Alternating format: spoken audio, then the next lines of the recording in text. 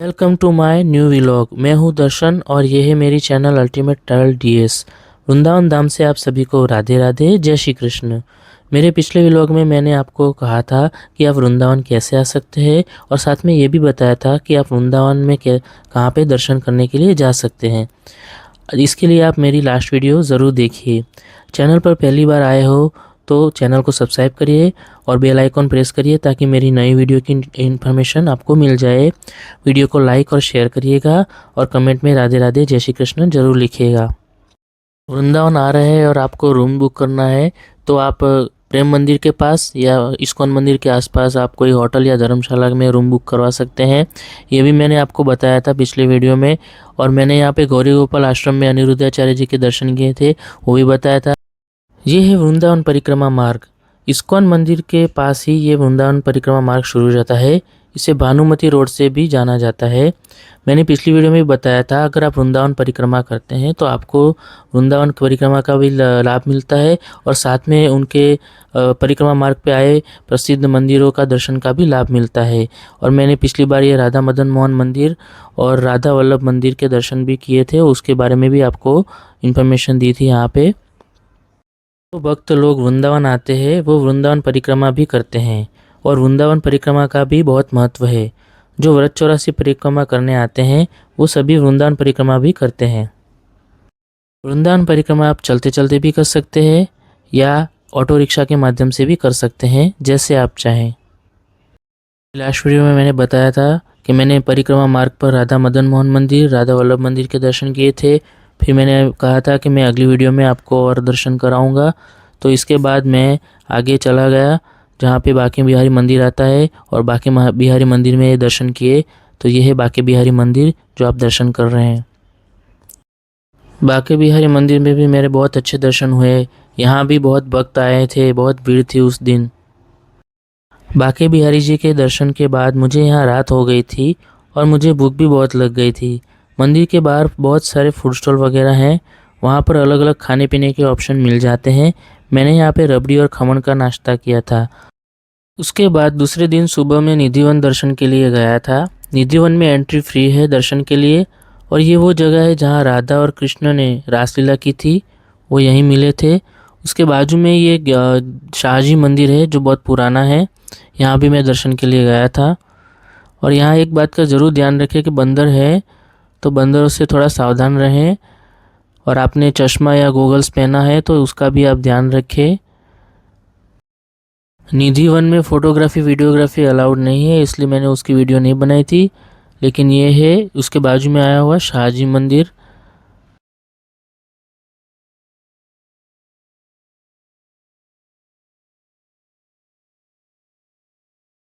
शाहजी मंदिर अपनी अनोखी वास्तुकला के लिए भी प्रसिद्ध है।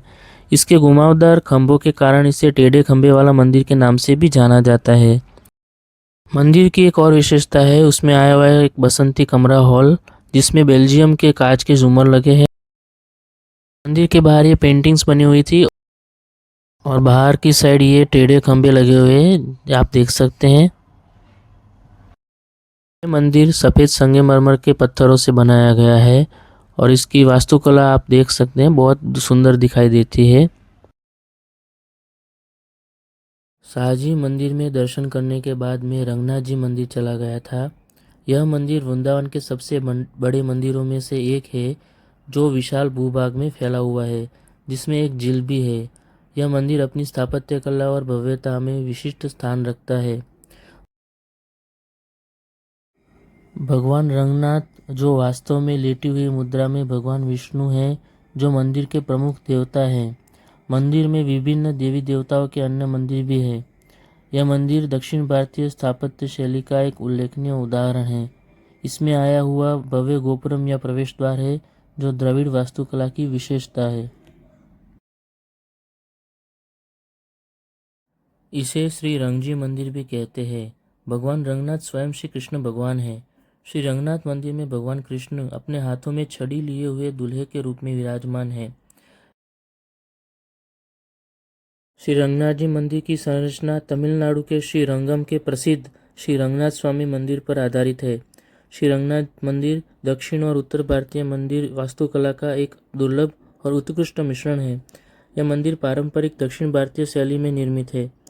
इस मंदिर में श्री गोदामन्नार भगवान राधा और कृष्ण के रूप में विराजमान है। यहाँ पर 50 फीट ऊंचा सोने से मढ़ा हुआ ध्वज स्तंभ भी है। यह मंदिर बहुत विशाल है। इस मंदिर में दर्शन करने के लिए आपको 1 घंटे जितना समय लग सकता है। इस मंदिर में भी मेरे अच्छे दर्शन हुए और यहाँ पर दर्शन करते हुए दोपहर के 12 बज गए और 12 बजे मंदिर के पट बंद हो जाते हैं। भोजन विश्राम के बाद हम शाम को 4 बजे इस्कॉन मंदिर चले गए। तो ये है इस्कॉन मंदिर। इस्कॉन मंदिर भगवान श्री कृष्ण और उनके बड़े भाई बलराम को समर्पित है। यही कारण है कि इसे कृष्ण बलराम मंदिर के नाम से जाना जाता है। यह वृंदावन के सभी मंदिरों में सबसे भव्य मंदिर है, जिसकी सुंदरता देखने के लिए भारी संख्या में श्रद्धालु आते हैं। मंदिर में पेंटिंग्स और चित्रकारी बेहद मनमोहक है और भगवान के जीवन का वर्णन करती है। यहाँ पे अलग प्रकार की शांति का अनुभव होता है। इस्कॉन मंदिर का निर्माण सफ़ेद संगमरमर के पत्थरों से किया गया है। मंदिर की दीवारों पर सुंदर पेंटिंग्स की गई है, जिसमें भगवान की जीवन की लीलाओं का वर्णन किया गया है। यहाँ पर हर त्यौहार धूमधाम से मनाया जाता है और होली भी धूमधाम से मनाई जाती है। मंदिर का वातावरण बहुत ही आध्यात्मिक और भक्तिमय है, जिसमें भक्तों को आनंद मिलता है। यहाँ पर शाम को होने वाली श्री कृष्ण आरती बहुत लोकप्रिय है। इस मंदिर को देखने और दर्शन करने के लिए देश विदेश से श्रद्धालु आते हैं। यह है वृंदावन के इस्कॉन मंदिर का म्यूज़ियम, जहाँ आप जा सकते हैं। यहाँ पर एंट्री बिल्कुल फ्री है।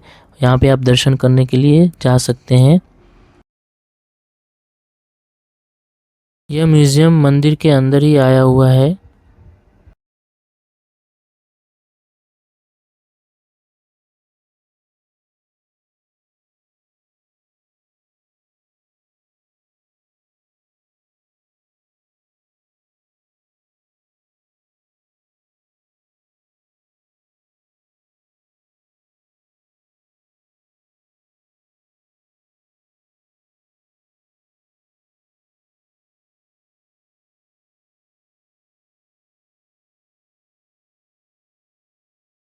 इस्कॉन मंदिर में दर्शन करने के बाद मैं शाम को होने वाली माँ यमुना जी की महाआरती के दर्शन करने के लिए यमुना घाट पर आ गया। दोस्तों, यह है चीर घाट। चीर घाट यमुना नदी के तट पर सबसे पवित्र घाटों में से एक है। यह वह स्थान है जहाँ द्वापर युग में वृंदावन में गोपियों के वस्त्र चोरी करने की लीला भगवान श्री कृष्ण ने की थी। यह स्थान पहले यमुना नदी के तट पर था, लेकिन वर्षों बाद यमुना ने अपना रास्ता बदल दिया। अब चीरघाट यमुना से कुछ दूरी पर है। इस स्थान पर एक प्राचीन कदम का पेड़ है, जो भगवान श्री कृष्ण के समय से आज भी यहाँ पर है। सभी भक्त आज भी इस कदम के पेड़ की पूजा करते हैं और यहाँ प्रसाद भी चढ़ाते हैं। जब मैं चीरघाट आया तो मैंने ये देखा कि लोगों ने चीरघाट जाने के रास्ते पर फूलों की ऐसी सुंदर रंग बिरंगी रंगोलियाँ बनाई हुई थी, जो आप देख सकते हैं। वो बहुत ही सुंदर थी।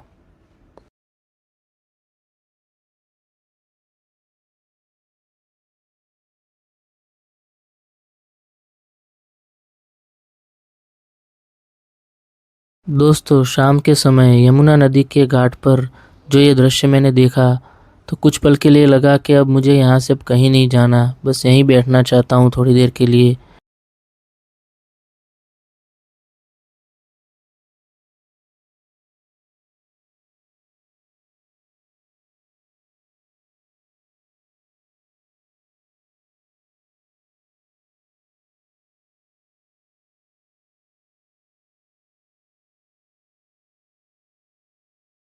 यह रंगोली सभी भक्त जो यहाँ आए थे उन्होंने बनाई थी, ऐसी फूलों की रंगोली। और यहाँ पे यमुना जी की महाआरती की तैयारी भी चल रही थी।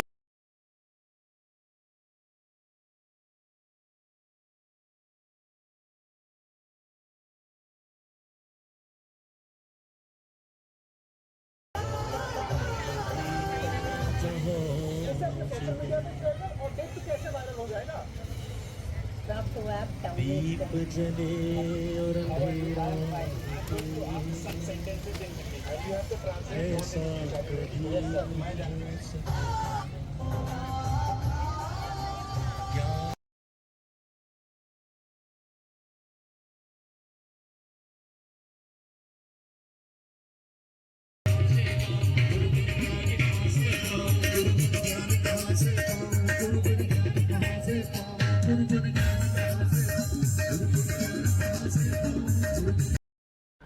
यह घाट पर बोटिंग भी होती है। यहाँ पर बोटिंग ज़रूर करनी चाहिए। यहाँ भी बहुत अच्छा नज़ारा था शाम को। सूर्यास्त होने के बाद यमुना महाआरती होती है घाट पर। आज सदगुरु श्री युतेश्वर जी महाराज आए थे यमुना महाआरती करने के लिए। मैंने आज उनके पहली बार दर्शन किए।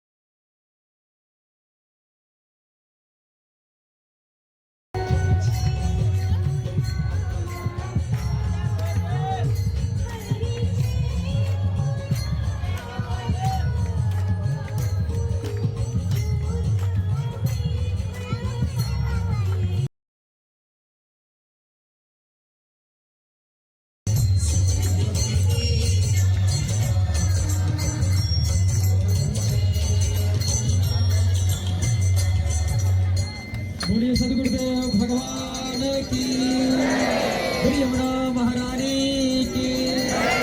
आइए सभी भक्त मिलकर परम पूज्य सदगुरुदेव भगवान की भव्य आरती करते हैं। कस्तूरी तिलकम। यमुना जी की आरती करने के बाद हमने ये आरती का दीपक यमुना जी में समर्पित किया। वो 500 वर्ष पुराना वृक्ष है।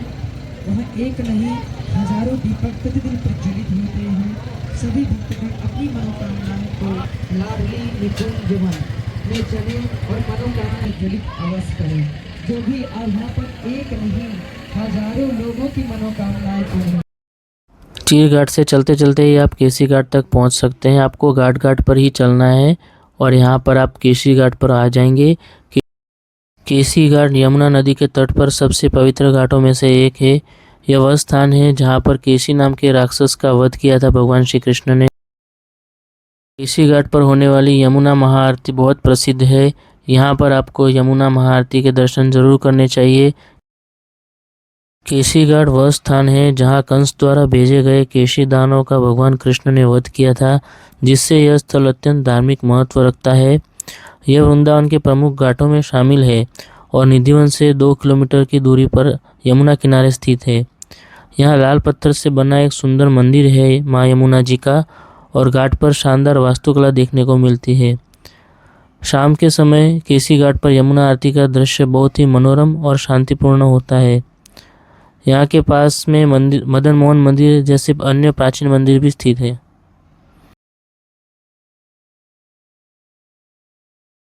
केसी घाट पर यमुना माता जी की विशेष पूजा और आरती होती है, जो आपको यहाँ पे दर्शन करने ज़रूर आना चाहिए।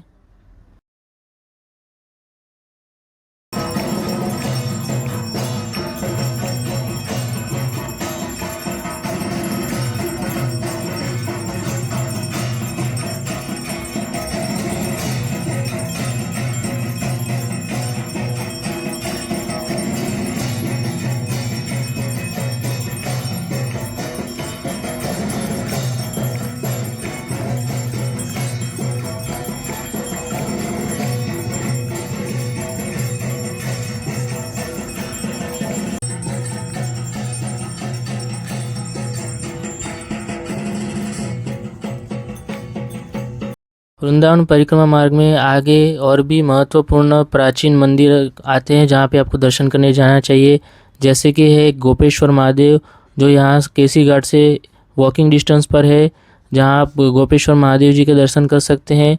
उसके आगे आप तटीय स्थान जा सकते हैं। वृंदावन का तटीय स्थान अपनी सादगी, प्रामाणिकता और पवित्रता के लिए जाना जाता है। यह गहन आध्यात्मिकता का प्रतीक है। तटीय स्थान में कोई टाइल्स, कंक्रीट या बिजली रोशनी नहीं है। ये सदियों पुरानी परंपरा के अनुसार बांस की लकड़ियों से घिरा एक प्राकृतिक ध्यान स्थल है। शाम को यहाँ दीपक जलाए जाते हैं। यहाँ मोहिनी बिहारी जी की पूजा और प्रकृति की साधना की जाती है। यह एक शांत जगह है जहाँ भक्त साधना करते हैं। यहाँ से थोड़े आगे माँ कात्यायनी मंदिर आता है। कात्यायनी देवी माता का मंदिर तटीय स्थान के पास आया हुआ है। वृंदावन में स्थित कात्यायनी मंदिर देवी माँ कात्यायनी की पूजा के लिए समर्पित एक अत्यंत पवित्र स्थल है। यह जगह खास महत्व रखता है क्योंकि श्रीमती राधा रानी और अन्य गोपियों ने भगवान श्री कृष्ण को अपने पति के रूप में प्राप्त करने के लिए देवी कात्यायनी माता की आराधना की थी। भगवान श्री कृष्ण भी देवी कात्यायनी की पूजा करते हैं। माँ कात्यायनी देवी को मनोकामना पूर्ण करने वाली देवी माँ के स्वरूप में पूजा जाता है।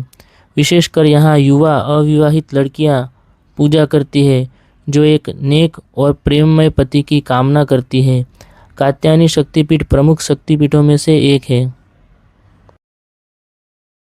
ये सारे मंदिर वृंदावन परिक्रमा मार्ग में आए हुए प्रमुख और प्राचीन धार्मिक स्थलों में से एक है। यहाँ पे आपको दर्शन करने ज़रूर जाना चाहिए। अगर आप वृंदावन आते हैं, आपको प्रमुख मंदिरों के दर्शन करने हैं, तो ये सारे मंदिरों के दर्शन आप ज़रूर करिएगा।